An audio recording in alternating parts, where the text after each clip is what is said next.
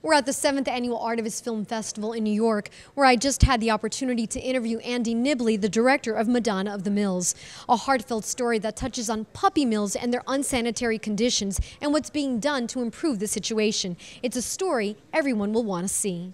This is a story about an ordinary woman, a staff manager in Staten Island, who decided that what she wanted to do with her life was to save as many of these puppy mill dogs as she possibly could. And she saved over 2,000 of them.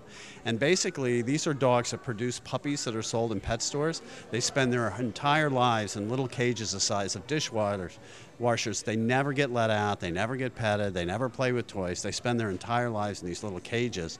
And when they're 5 or 6 years old and they can't produce any more puppies and they can't produce any more money for the farmers, they're usually taken out and shot or stoned or drowned or starved. And so she ended up working out a deal, a kind of underground railroad with these farmers, and she gets out these dogs that have been condemned to death, and then she places them with foster homes and with rescue operations, and eventually they end up with forever families. And this is the story about her journey doing that. And also we follow 4 of the dogs that she saved from the time that they were rescued all the way through till they end up with their forever families. And it's a very heartwarming story, very uplifting story about a very depressing subject. Why was it important for you to have this film seen here as part of the Artivist Film Festival? Well, I think artists have always been passionate about social issues and social change. And when I found out what was happening with these puppies, and when my wife got one of these puppy mill dogs and brought it home to us, and I saw how this dog had been tortured, really, and was no longer a pet, but really just an organic birthing machine that was condemned to death, I said, people need to know about this. When Americans and other people in the world find out about this, they're going to want to stop it. And Artivist, thank God, is a contraction of artist and activist, and it's really a place where artists like myself can bring these social issues to life. And you know, I'm just immensely grateful to Artivist for giving us a platform where we could bring this issue to light. What's the message that you hope the audience takes away from your film this evening?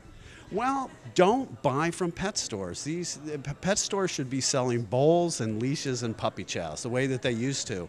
When they sell these pets are diseased, they're genetically inferior. It's usually costs about $60 to $100 to raise them, and yet people are walking out of that store thinking they're getting a $1,000, $2,000 designer dog, and they're not.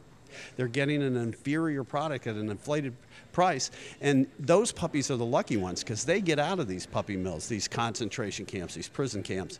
Their parents are living their entire lives in these little tiny cages where the U.S. government says it's okay if they only have 7 inches in front of their nose or 7 inches above their head, and they spend their entire life in there. So I just think it's important for people to know what's going on. Don't buy from pet stores.